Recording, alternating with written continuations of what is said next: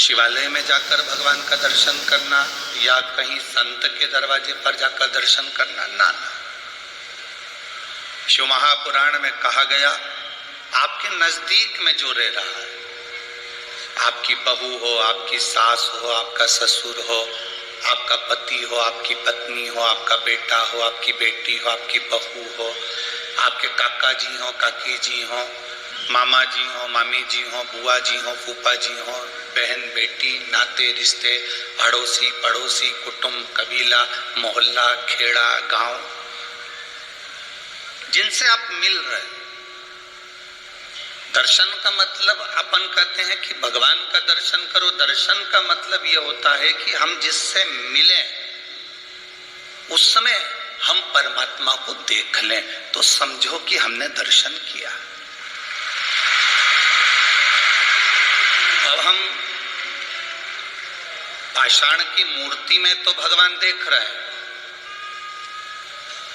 वृक्ष में तो हम भगवान देख रहे हैं, कंकर में तो हम शंकर देख रहे हैं, नदी तालाब बावड़ी कुएं में तो हम भगवान देख रहे हैं। पर जरा विचार करिए, क्या हम इंसान में, इंसान में परमात्मा को, इंसान में भगवान को ढूंढने का प्रयास कर रहे हैं? हमने वो प्रयास करना छोड़ दिया, हम वो प्रयास नहीं करते। दर्शन का मतलब ये नहीं है कि आप मंदिर में गए तो भगवान का दर्शन करा। दर्शन का मतलब है जिससे मिले उसकी अच्छाई को हम देखें, ये दर्शन।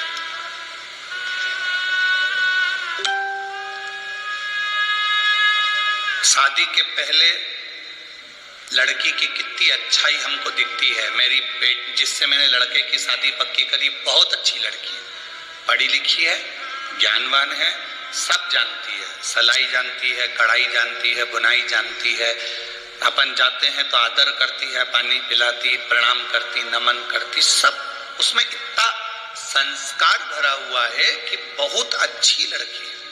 शादी के पहले हमने उस लड़की में बहुत सारे गुण देखे। शादी के पहले हमने उस बच्ची में बहुत सारे गुण देख लिए। फिर शादी के 2 साल बाद, 6 महीने बाद, 1.5 साल बाद ऐसा क्या हो जाता है कि जिस लड़की में तुमने इतने गुण देखे उसमें अवगुण ही अवगुण नजर आते हैं। मेरा जितनी सासें बैठी हैं इनसे पूछना है, ऐसा बेटी में तुमने क्या अवगुण देखे? जिस लड़की में तुमने गुण ही गुण देखे, फिर उसमें अवगुण क्यों देख रहे हो? और मेरा बेटियों से निवेदन है, जब तक शादी नहीं हुई थी तब आप कहते थे मेरी मम्मी बहुत अच्छी है, मेरी सास बहुत अच्छी है, फोन लगाती है, बात करती है, अच्छे से व्यवहार करती है, मिलती है, जुलती है, सब अच्छे से बोलती चालती है, खूब खूब आशीर्वाद देती है। शादी के 1.5-2 साल बाद वो सास तुम्हें बुरी क्यों लगने लगती है?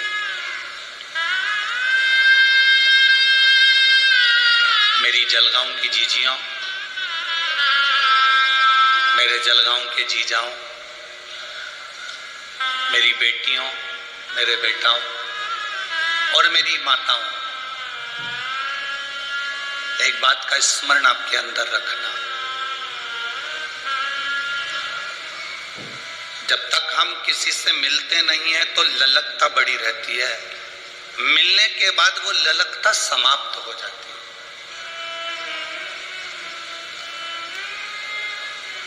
वो दुनिया के दूसरे लोग होंगे जो अपनी अपनी गादी से बैठकर कहते होंगे कि दर्शन करो तो मतलब मंदिर में करो। ये व्यासपीठ शिव महापुराण की पीठ है। इस व्यासपीठ को हम व्यासपीठ मानते हैं, पर उससे ज्यादा ये मानते हैं कि ये शंकर भगवान का कैलाश पर्वत है जिस पर कथा बोली जा रही है। और आप सब इस कैलाश पर्वत के नजदीक में बैठ के कथा का रस तत्व ग्रहण कर रहे हैं।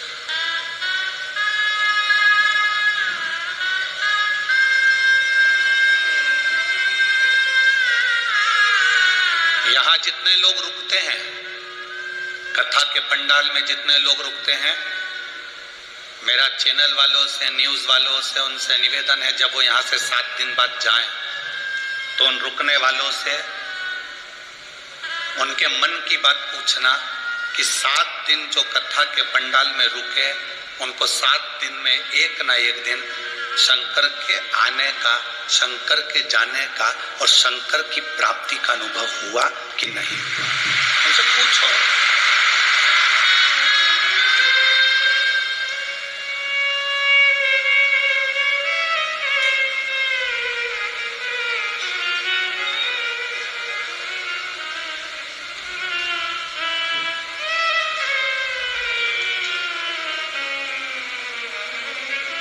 शिव महापुराण की कथा में जितने लोग बैठे रहते हैं, इनकी 3 चीजें समाप्त हो जाती हैं। बहुत ध्यान से सुनना। शिव महापुराण की कथा में जो कथा सुनने के लिए आता है 7 दिन 5 दिन, उसकी 3 चीजें समाप्त हो जाती हैं कथा सुनने पर। पहला, उसकी भूख। घर पर जितनी भूख लगती होगी, कथा के पंडाल में उतनी भूख नहीं लगती।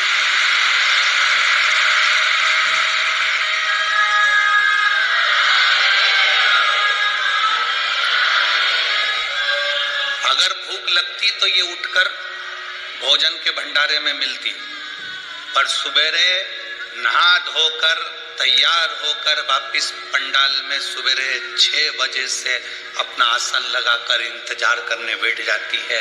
दोपहर की 2 बजे की कथा, भूख समाप्त।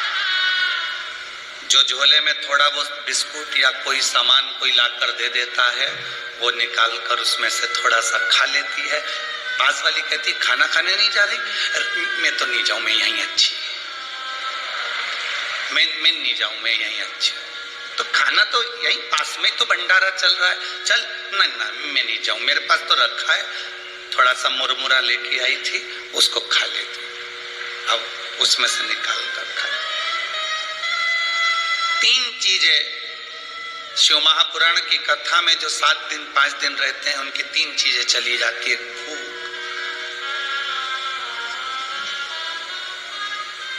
दूसरा भोग, उसका भोग। कितनी भी आसक्ति में डूबा हुआ व्यक्ति हो, आप जितने लोग यहाँ 7 दिन 5 दिन कथा सुनने के लिए आए हो, ऐसा कोई व्यक्ति नहीं जिसके पास में धन की कोई कमी हो। सबके पास बाबा ने पेट भरकर भोजन दिया है और अच्छा दिया। घर पर रहते हो तो कूलर चाहिए, पंखा चाहिए, हर 2 घंटे में चाय चाहिए, हर 2 घंटे में चाय चाहिए। 2 घंटे होते और चाय की तैयार। थोड़ी देर बाद फल चाहिए, पूरा पूरा डनलफ के गद्दे पे आराम चाहिए, क्योंकि कमर में थोड़ी डिस्क की प्रॉब्लम है, किसी को घुटने की प्रॉब्लम है, किसी को किसी चीज की प्रॉब्लम। वहां रहती तो 2-4 बार आइडेक्स लगा लेती पाँव में। अब यहाँ तो आधा किलोमीटर दूर तो गाड़ियां रुकी हैं, और वहां से यहाँ तक पैदल धक्का खाती खाती आड़ी टेढ़ी जगह में चलती चलती चलती चलती यहाँ तक पहुंची है। और उसमें भी बस या ना तो कोई किसी को आदर दे रहा है कि साहब आओ बैठो, ना कोई किसी से कह रहा है कि जाओ साहब। या तो तुम्हारा दिल हो तो आ, और नहीं है मन तो जा। यहाँ तो दिल की बात है। भोग समाप्त हो जाता है, भोग समाप्त।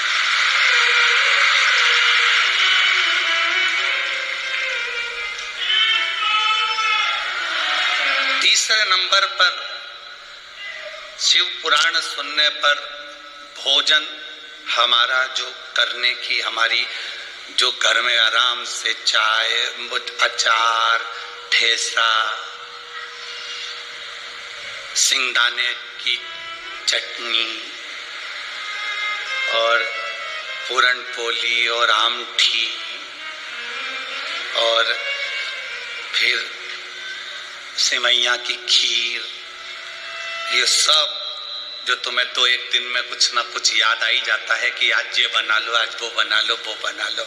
7 दिन में भोजन छूट जाता है।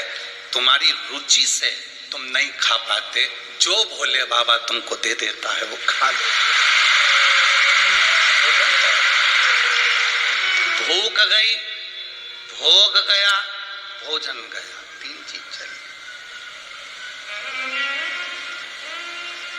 और जिसकी ये तीन चीजें कथा में चली जाए, समझ लो तुम्हें शिव को मिलने में देरी नहीं लगेगी, मिल जाए।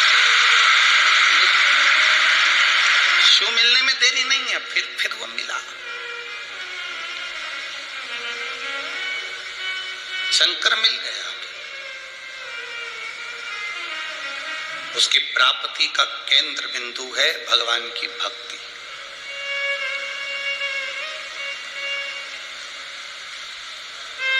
दर्शन का मतलब ये नहीं कि हम शिवालय में जा रहे हैं, दर्शन का मतलब ये नहीं कि हम मंदिर जा रहे हैं, दर्शन का मतलब ये नहीं कि हम संत के दरवाजे जा रहे हैं। दर्शन का मतलब है जो हमारे पास में है, हमारी बहू हो उसकी अच्छाई हमें जिंदगी भर देख रहे हैं, हमारी सास है उसमें अच्छाई जिंदगी भर देख रहे हैं, हमारे बच्चों की अच्छाई जिंदगी भर देख रहे हैं, अपने रिश्तेदारों की अच्छाई जिंदगी भर देख रहे हैं। तुम जब अपनी आंख से अच्छा देखना चालू कर दो तो समझ लेना तुम्हें मंदिर जाने की जरूरत।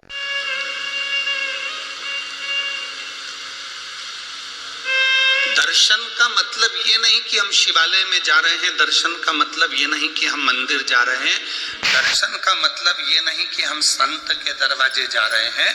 दर्शन का मतलब है जो हमारे पास में है, हमारी बहू हो उसकी अच्छाई हमें जिंदगी भर देख रहे हैं, हमारी सास है उसमें अच्छाई जिंदगी भर देख रहे हैं, हमारे बच्चों की अच्छाई जिंदगी भर देख रहे हैं, अपने रिश्तेदारों की अच्छाई जिंदगी भर देख रहे हैं। तुम जब अपनी आंख से अच्छा देखना चालू कर दो तो समझ लेना तुम्हें मंदिर जाने की जरूरत नहीं है, तुमने दर्शन प्रभु का कर। बुरा जो देखन में चला बुरा न मिलिया। संसार में बुरा है ही नहीं कोई, क्योंकि अपने से बुरा कौन हो गया बता।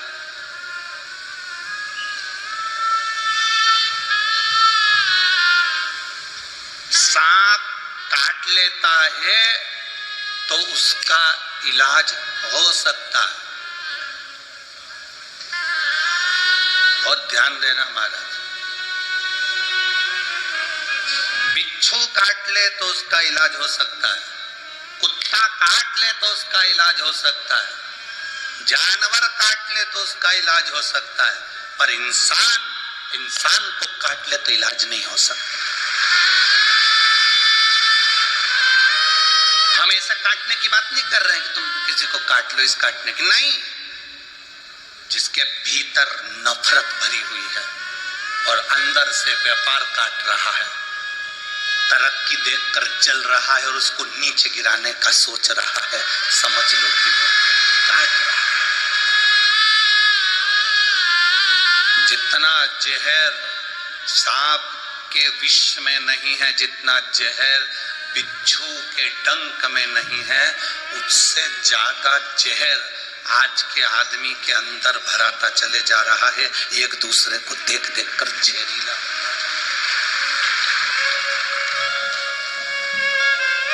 मेरी जीजियों, मेरी बहुओं से निवेदन है बेटा, मेरी बेटियों से निवेदन है, मेरी बहुओं से निवेदन है, मेरी बेटियों से निवेदन है, तुम्हारे घर में जितने सदस्य हैं, सास अपशब्द कहे ना बेटा, कभी बुरा ना मानिएगा। ससुर अपशब्द कहे ना, कभी बुरा ना मानिएगा। सास अपनी पूरी दौलत उठाकर अगर अपनी जेठानी को भी दे देना तो आंख में आंसू नहीं आना चाहिए। पूरी प्रॉपर्टी उठाकर किसी को दे दे तो रोना नहीं, क्योंकि भोलेनाथ पर भरोसा रखना, वो देकर जाए। बेटियों, ये कभी मत सोचना कि तुम्हारी सास ननन को स्नेह करती है, हमसे तो बात तक नहीं करती। जो घर में नई साड़ी आती है वो ननन को उठाकर दे देती है, कुछ आया तो ननन को उठाकर दे देती है, दे दें दो, तुम टेंशन मत लो। कई माताएं कहती है मेरा पति कमा कमा कर मरे जा रहा है और मेरी सास उठा उठा कर दिया जा रही है। ये जान लेना कि तुम्हारे पति का पूर्व का कोई कर्जा होगा तो ये सब रिश्तेदार उसको निचोड़ निचोड़ कर लेकर जा रहे हैं। ये पूर्व का कर्जा होगा तुम्हारा जो आज निचोड़ कर लेकर जा रहे हैं। इतना बड़ा दिल रखना, इतना बड़ा दिल रखना। सास किसी को उठाकर पूरी प्रॉपर्टी भी दे दे तो चिंता मत करना। नानी बाई के मायरे में कथा आती है, नरसिंह मेहता की भाभी ने पूरी जायदाद जय कुंवर बाई की अपने कर ली थी और नरसिंह मेहता और माणिक गोरी को धक्के देकर निकाल दिया। नरसिंह मेहता की पत्नी को धक्के देकर निकाल दिया। नरसिंह मेहता